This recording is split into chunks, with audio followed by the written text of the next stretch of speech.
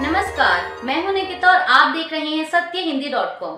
चलिए एक नजर डालते हैं अब तक की सुर्खियों पर। सुप्रीम कोर्ट ने चुनाव आयोग को फॉर्म 17C का रिकॉर्ड सार्वजनिक करने का आदेश देने से फिलहाल इनकार कर दिया है और साथ ही याचिका पर सुनवाई को स्थगित कर दिया है। आपको बता दें कि 17C वो फॉर्म है जिसमें एक पोलिंग बूथ पर डाले गए वोटों की संख्या दी होती है। दरअसल association for democratic reforms NGO ने सुप्रीम कोर्ट में याचिका दाखिल की थी, जिसमें कहा गया था कि आयोग अभी लोकसभा चुनाव के दौरान 48 घंटे के अंदर हर पोलिंग स्टेशन पर वोटों का डेटा जारी करे। अब कोर्ट ने इसी याचिका के जवाब में ये फैसला दिया है। साथ ही बता दें कि इससे पहले चुनाव आयोग ने सुप्रीम कोर्ट में हलफनामा देते हुए कहा था कि पूरी जानकारी देना और फॉर्म 17C को सार्वजनिक करना वैधानिक फ्रेमवर्क का हिस्सा नहीं है।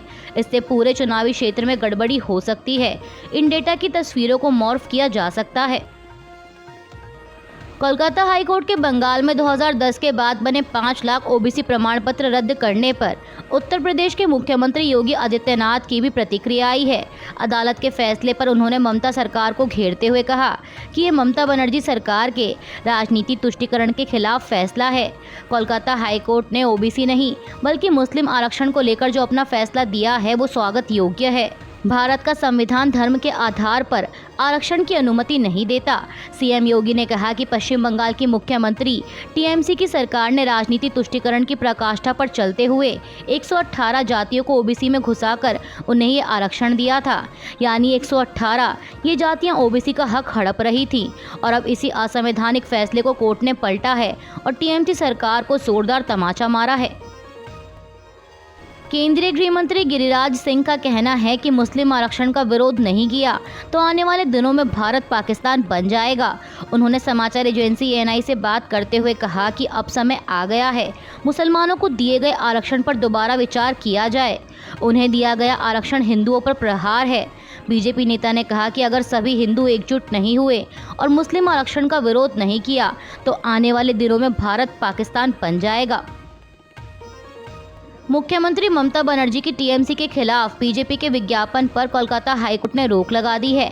कोलकाता हाईकोर्ट ने बीजेपी को झटका देते हुए टीएमसी के खिलाफ इस विज्ञापन पर 4 जून तक रोक लगाई है, जिसके बाद अब मामले को लेकर पश्चिम बंगाल बीजेपी ने सुप्रीम कोर्ट का दरवाजा खटखटाया है। बीजेपी ने कहा कि कोलकाता हाईकोर्ट ने बिना हमारा पक्ष सुने एक तरफा आदेश दिया। ऐसे में लोकसभा चुनाव के मद्देनजर मामले में तुरंत सुनवाई होनी चाहिए। वहीं सुप्रीम कोर्ट ने सोमवार 27 मई को मामले पर सुनवाई की बात कही है। दरअसल आपको बता दें कि टीएमसी ने दावा किया था कि बीजेपी ने अपने विज्ञापन में पार्टी और कार्यकर्ताओं के खिलाफ झूठे आरोप लगाए हैं। दिल्ली के मुख्यमंत्री अरविंद केजरीवाल ने अपने हालिया इंटरव्यू में बड़ा बयान देते हुए कहा कि जहां भी भाजपा हारेगी वहां के मुख्यमंत्री को गिरफ्तार किया जा सकता है और उनकी सरकार गिराई जा सकती है। केजरीवाल ने कहा कि यह लड़ाई लड़नी होगी। अगर उन्होंने लोकतंत्र को जेल में डाल दिया तो लोकतंत्र जेल से चलेगा और हम इससे पूरी ताकत से लड़ेंगे। इसके साथ ही जेल वापस जाने के सवाल पर उन्होंने कहा कि इस बात का जवाब सिर्फ प्रधानमंत्री दे सकते हैं कि वो मुझे कितने और समय के लिए जेल में रखना चाहते हैं। चुनाव आयोग के वोटिंग डेटा देर से जारी करने को लेकर छत्तीसगढ़ के पूर्व मुख्यमंत्री और कांग्रेस के वरिष्ठ नेता भूपेश बघेल ने सवाल उठाए हैं। उन्होंने कहा कि जब लोग बैलेट पेपर से वोट करते थे तो चुनाव आयोग 24 घंटे के अंदर वोटिंग प्रतिशत का डेटा जारी कर देता था, लेकिन आज डिजिटल युग में चुनाव आयोग 8 से 10 दिन बाद भी डेटा नहीं देता और जब देता है तो प्रतिशत 6 से 8% पड़ जाता है। इसका मतलब है कि चुनाव आयोग पक्षपात पूर्ण है। स्वाति मालीवाल के साथ कथित मारपीट के मामले में गिरफ्तार किए गए केजरीवाल के करीबी सहयोगी विभव कुमार की 5 दिन की रिमांड आज शुक्रवार 24 मई को खत्म हो रही है। ऐसे में दिल्ली पुलिस आज विभव कुमार को 30 हज़ारी कोर्ट में फिर से पेश करेगी। मीडिया रिपोर्ट्स के मुताबिक दिल्ली पुलिस विभव कुमार की रिमांड बढ़ाने की मांग कर सकती है।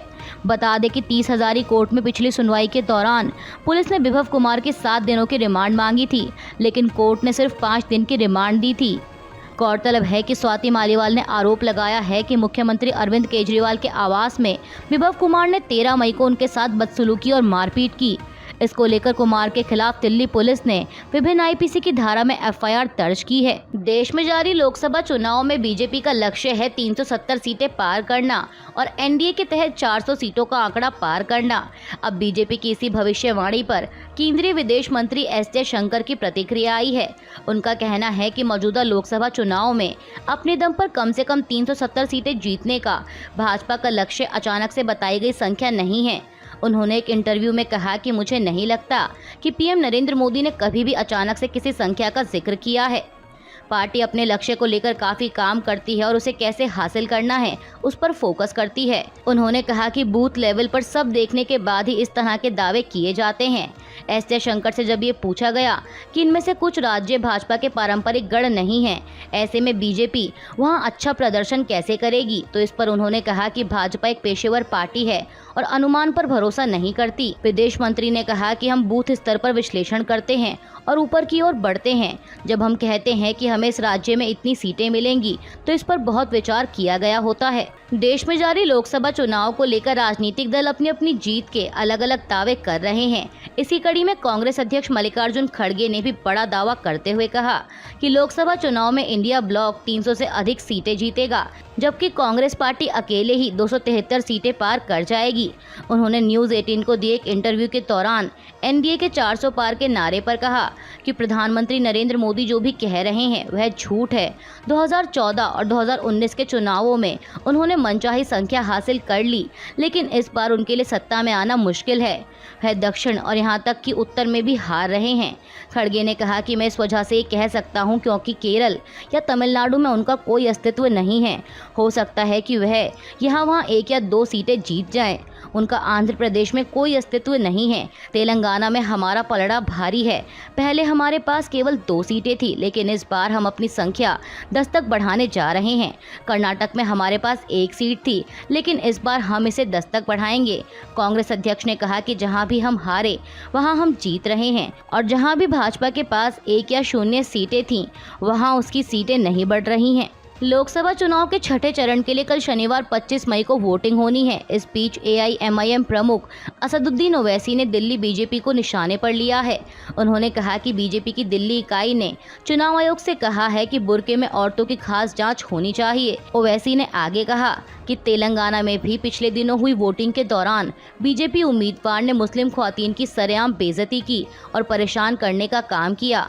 उन्होंने कहा कि हर चुनाव में बीजेपी कोई न कोई बहाना ढूंढकर मुस्लिम ख्वातीन को परेशान करती है और निशाना बनाती है ताकि उनको सताया जाए और उन्हें वोट देने में बाधा बनाई जाए। मीडिया रिपोर्ट्स के मुताबिक आपको बता दें कि विधायक अजय महावर और मोहन सिंह बिष्ट, प्रदेश सचिव किशन शर्मा और वकील नीरज गुप्ता के एक प्रतिनिधि मंडल ने बुधवार को दिल्ली के सीईओ से मुलाकात की थी और एक ज्ञापन सौंपा था, जिसमें उन्होंने दिल्ली में छठे चरण की वोटिंग के दौरान मतदान करने के लिए बुर्का पहनकर आने वाली महिला मतदाताओं के उचित सत्यापन की मांग की थी। ज्ञापन में कहा गया कि जो लोग बुर्का या फेस मास्क पहनकर मतदान करने आते हैं, उन्हें पूरी जांच करने के बाद ही मतदान करने की अनुमति दी जानी चाहिए।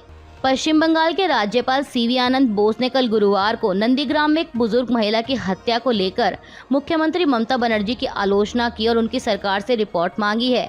समाचार एजेंसी पीटीआई के अनुसार राज्यपाल ने ममता बनर्जी सरकार से इस मामले में अब तक क्या एक्शन लिए गए, इस पर एक रिपोर्ट देने को कहा है। एक आधिकारिक बातचीत में राज्यपाल ने ममता बनर्जी को चेतावनी दी कि वह हिंसा बंद करें और सुनिश्चित करें कि सभी आवश्यक कार्रवाई आदर्श आचार संहिता के मापदंडों के तहत की जाए। राज्यपाल ने नंदीग्राम में हो रही हिंसा को राज्य सरकार की ओर से प्रायोजित हिंसा बताते हुए कहा कि किसी भी तरह के संवैधानिक उल्लंघन को गंभीरता से लिया जाएगा और उचित कार्रवाई की जाएगी। बता दें कि पश्चिम बंगाल के तमलुक संसदीय क्षेत्र के नंदीग्राम में 22 मई को बीजेपी की एक महिला कार्यकर्ता की हत्या हुई थी। बीजेपी का आरोप है कि ये हत्या तृणमूल कांग्रेस के कार्यकर्ताओं ने की। हालांकि टीएमसी ने इस आरोप को खारिज किया है। वंचित बहुजन अघाड़ी के अध्यक्ष प्रकाश आंबेडकर ने प्रधानमंत्री मोदी पर तीखा हमला बोला है। इंडियन एक्सप्रेस से बात करते हुए प्रकाश आंबेडकर ने कहा कि हाँ, ये बात सही है कि तत्कालीन प्रधानमंत्रियों ने अपनी पार्टियों के लिए प्रचार किए हैं, लेकिन प्रधानमंत्री नरेंद्र मोदी ने लोकसभा चुनाव को ग्राम पंचायत के चुनाव में बदल दिया है। पीएम मोदी हर लोकसभा क्षेत्र में प्रचार करते हैं, विधानसभा के चुनाव में भी ऐसा ही करते हैं और ऐसा ही पीएम मोदी स्थानीय स्तर के चुनाव में भी करते हैं। प्रकाश आंबेडकर ने आगे कहा कि पीएम मोदी प्रचार के दौरान निजी हमले कर रहे हैं, जो कि काफी खराब है। उन्होंने पीएम पद की गरिमा गिरा दी है। इस चुनाव ने दिखा दिया है कि केंद्रीय जांच एजेंसी का कैसे सत्ताधारी दल इस्तेमाल करते हैं। कोलकाता हाईकोर्ट ने बीते दिनों 2011 के बाद बने ओबीसी प्रमाण पत्रों को रद्द करने का आदेश दिया है, जिसके बाद भाजपा लगातार राज्य के सत्तारूढ़ टीएमसी और बाकी विपक्ष पर निशाना साध रही है। इसी कड़ी में असम के मुख्यमंत्री हेमंत बिस्वा शर्मा ने भी ममता सरकार पर जमकर हमला बोला। एबीपी को दिए एक इंटरव्यू में उन्होंने कहा कि ममता दीदी ने इसे तुष्टीकरण का हथियार बनाया है। ऐसे में हमारी सरकार बनने पर कर्नाटक और आंध्र प्रदेश में भी मुस्लिमों का पैक्टो रिजर्वेशन बंद किया जाएगा। उन्होंने कहा कि ममता बनर्जी की सरकार रही तो सुप्रीम कोर्ट पर भी बयानबाजी करेंगी। दिल्ली के शराब घोटाला मामले में अंतरिम जमानत पर जेल से बाहर आए मुख्यमंत्री अरविंद केजरीवाल ने समाचार एजेंसी पीटीआई को दिए एक इंटरव्यू में कहा कि मुझे तिहाड़ जेल वापस जाने पर कोई तनाव या चिंता महसूस नहीं होगी। उन्होंने कहा कि मैं देश को बचाने के लिए कारावास को अपने संघर्ष का हिस्सा मानता हूं। केजरीवाल ने जोर देकर कहा कि अगर उन्हें फांसी भी हो जाए तो भी आम आदमी पार्टी खत्म नहीं होगी। मैं कहता हूं कि केजरीवाल को फांसी पर लटका दीजिए अगर आपको लगता है कि उन्हें फांसी पर लटकाने से आम आदमी पार्टी खत्म हो जाएगी। उन्होंने कहा कि आम आदमी पार्टी कोई पार्टी नहीं बल्कि एक विचार है। एक केजरीवाल मरेगा तो सैकड़ों और पैदा होंगे। दिल्ली की राज्यसभा सांसद स्वाति मालीवाल के साथ मुख्यमंत्री आवास पर हुई कथित मारपीट के मामले में अभी तक कोई स्पष्ट जानकारी सामने नहीं आई है।